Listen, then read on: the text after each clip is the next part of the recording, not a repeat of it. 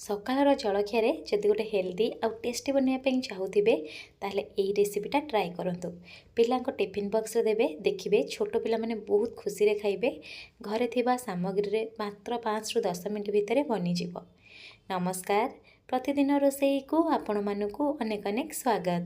ଆପଣମାନଙ୍କୁ ଅନୁରୋଧ ରହିଲା, ଯଦି ଚ୍ୟାନେଲରେ ନୂଆ ଅଛନ୍ତି ପ୍ଲିଜ୍ ଚ୍ୟାନେଲକୁ ସବସ୍କ୍ରାଇବ୍ କରିନେବେ। ତା ସହିତ ଭିଡ଼ିଓକୁ ପ୍ଲିଜ୍ ଗୋଟେ ଲାଇକ୍ କରିବେ। ପ୍ରଥମେ ମୁଁ ଗୋଟେ କଡ଼େଇ ବସାଇଛି। କଡ଼େଇରେ 1 ଚାମଚ ତେଲ ଦେବା। ତେଲ ଯେତେବେଳେ ଗରମ ହେଇଯିବ ଅଳ୍ପ ଟିକେ ସୋରିଷ, ତା ସହିତ ଅଳ୍ପ ଟିକେ ଜିରା ଦେଇଦେବା। ଆଉ ଅଧା ଚାମଚ ମୁଁ ଏଠି ଧଳା ରାଶି ଦେଇଛି। ଧଳା ରାଶି ଟୋଟାଲି ଅପସନାଲ୍ ଅଛି, ଆପଣ ଚାହିଁଲେ ଦେଇପାରିବେ, ଦେଲେ ଭଲ ସ୍ୱାଦ ଲାଗିଥାଏ। ଏବେ ଆମେ ସବୁ ଜିନିଷକୁ ଟିକେ ଭାଜି ନେବା। ଭାଜି ନେଇ ସାରିଲା ପରେ କାଟିକିରି କିଛି କଞ୍ଚା ଲଙ୍କା ଦେବା। ତା ସହିତ ଗୋଟେ ଛୋଟ ପିଆଜକୁ ମୁଁ ଏଠି ଫାଇନଲି ଚପ୍ କରି ନେଇଥିଲି, ପିଆଜକୁ ମଧ୍ୟ ଦେଇଦେବି। ପିଆଜକୁ ଦେଇ ସାରିଲା ପରେ 1ରୁ 1.5 ମିନିଟ୍ ପିଆଜକୁ ମଧ୍ୟ ଏଇଥିରେ ଭଲସେ ଭାଜି ନେବା।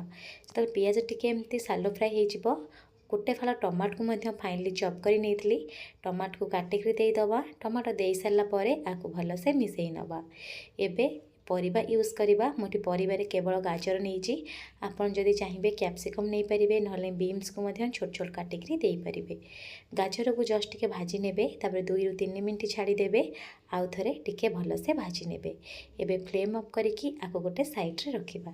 ଚାଲନ୍ତୁ ନେକ୍ସଟ ପ୍ରିପାରେସନ୍ କରିବା। ପ୍ରଥମେ ମୁଁ ଗୋଟେ ବାଉଲ୍ ନେଇଛି, ବାଉଲ୍ରେ 1 କପ୍ ସୁଜି ଦେଇଛି।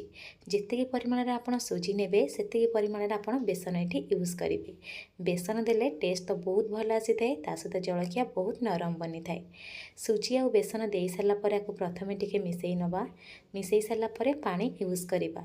ପ୍ରଥମେ ମୁଁ ଯେଉଁ କପ୍ରେ ମାପିକି ବେସନ ଆଉ ସୁଜି ନେଇଥିଲି ସେଇ କପ୍ରେ ମାପିକି ମୁଁ ଏଠି କ'ଣ କରିବି ନା ପାଖାପାଖି ଅଧା କପ୍ ପାଣି ଦେଇଦେବି। ଯେହେତୁ 1 କପ୍ ପାଣି ହେଇଥିଲି, ଅଧା କପ୍ ଦେଇସାରିଲା ପରେ ଆହୁରି ଅଧା କପ୍ ପାଣି ଦେଇ ଦେଉଛି। ଏବେ ଆମେ ବ୍ୟାଟରକୁ 2ରୁ 3 ମିନିଟ୍ ଭଲସେ ଫେଣ୍ଟିବା।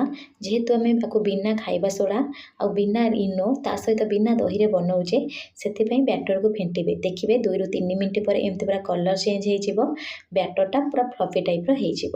ଯେତେବେଳେ ଏମିତି ବ୍ୟାଟରଟା ଫ୍ଲଫି ହେଇଯିବ, ଆପଣ ଯେଉଁ ଭାଜିକି ଗାଜର ତା ସହିତ ପିଆଜ ରଖିଥିବେ ତାକୁ ସବୁକୁ ଦେଇଦେବେ। ଆଉ ସ୍ୱାଦ ହିସାବରେ ଏବେ ଲୁଣ ଦେବା।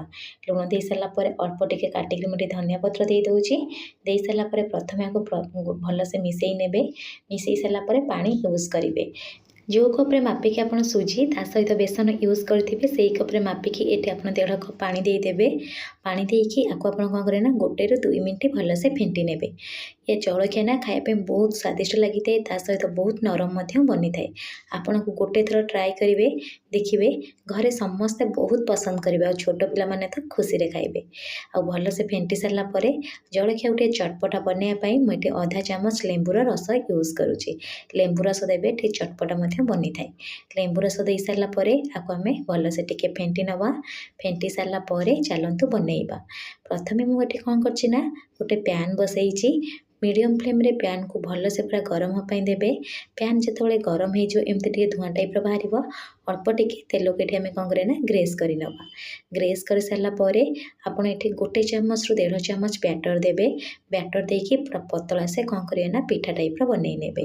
ଫ୍ଲେମ୍କୁ ଲୋ ଟୁ ମିଡ଼ିୟମ୍ ରଖିକି କଭର୍ କରିକି 1ରୁ 2 ମିନିଟ୍ ପୁରା ଛାଡ଼ିଦେବେ। 1ରୁ 2 ମିନିଟ୍ ହେଇଗଲା ପରେ ଏଠି ମୁଁ କଭର୍କୁ କାଢ଼ି ନେଉଛି। ଦେଖିପାରୁଥିବେ ଉପରଟା ପୁରା ଶୁଖିଲା ଟାଇପ୍ର ହେଇଗଲାଣି।